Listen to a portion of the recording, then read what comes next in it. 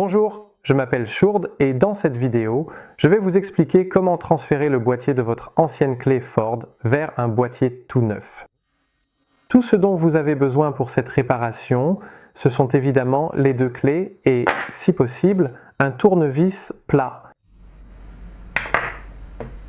Nous allons donc commencer comme suit pour transférer le boîtier de cette clé Ford. Je mets un instant le nouveau boîtier de clé de côté et nous allons d'abord commencer par ouvrir l'original. Si nous retournons la clé, nous voyons ici à l'arrière une fine encoche. Elle est exactement assez large pour un tournevis plein.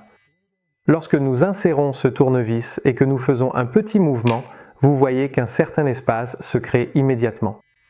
Eh bien, nous pouvons maintenant simplement les séparer. Et donc d'un côté, nous avons la clé avec la tête, la lame de la clé attachée. Nous la mettons de côté pour l'instant. De l'autre côté, nous avons ici le boîtier avec la transpondeur et l'électronique du circuit imprimé. Sur le côté de ce boîtier, il y a les petits clips qui maintiennent les deux moitiés ensemble. Si nous insérons ici un tournevis plat et que nous faisons un petit mouvement, on voit très facilement que les deux parties se séparent. Sur cette image, nous voyons maintenant trois éléments. Ici, nous voyons le circuit imprimé, une pile, et ici, un petit tube en verre. Et ce petit tube en verre, c'est le transpondeur. Sans ce tube en verre, la voiture ne pourrait pas démarrer. Il est donc important de transférer également celui-ci dans la nouvelle clé. Nous le retirons donc un instant. Sous le capuchon noir, la carte électronique de la clé est bien visible. Ensuite, j'essaie de la retirer très délicatement et avec précaution. Ici, nous avons la carte électronique. Nous avons ici la petite pile. Et enfin, nous avons le transpondeur. Il peut parfois arriver que le transpondeur soit entièrement recouvert de caoutchouc. Dans ce cas, il suffit simplement d'enlever délicatement le caoutchouc avec un petit tournevis plat.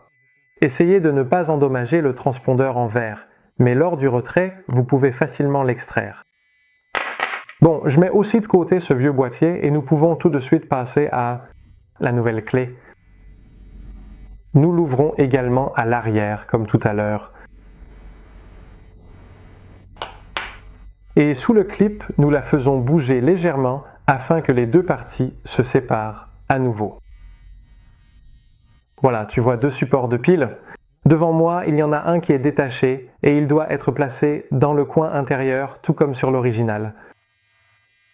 Le support de pile est assez lâche en soi, mais il est finalement maintenu en place par la pile qui sera posée dessus. C'est d'ailleurs la première chose que je vais faire. La pile doit être placée avec le texte vers le haut. Et assurez-vous que le support de pile que nous voyons ici soit en contact avec le côté de la pile. Ensuite, nous pouvons placer la transpondeur dans un petit compartiment ici sur le côté, puis la carte électronique peut également être placée ici dans les encoches prévues à cet effet dans le boîtier. Une fois que tout est en place, on le retourne et on le remet sur le dessus. Assurez-vous qu'il est bien fixé et vérifiez si tous les boutons fonctionnent. Si vous sentez encore quelque chose bouger, il y a des chances que la transpondeur ait encore un peu de jeu. Si vous mettez un petit autocollant ou un print buddy entre les deux, cela restera bien en place et vous n'aurez jamais de problème avec ça. Eh bien, avec cette clé, vous avez à la fois l'empreinte originale taillée et une nouvelle. Nous vous recommanderions personnellement d'utiliser la clé taillée car elle ne risque pas de casser facilement. Elle a déjà l'air comme neuve. Bien sûr, vous pouvez aussi faire tailler la nouvelle.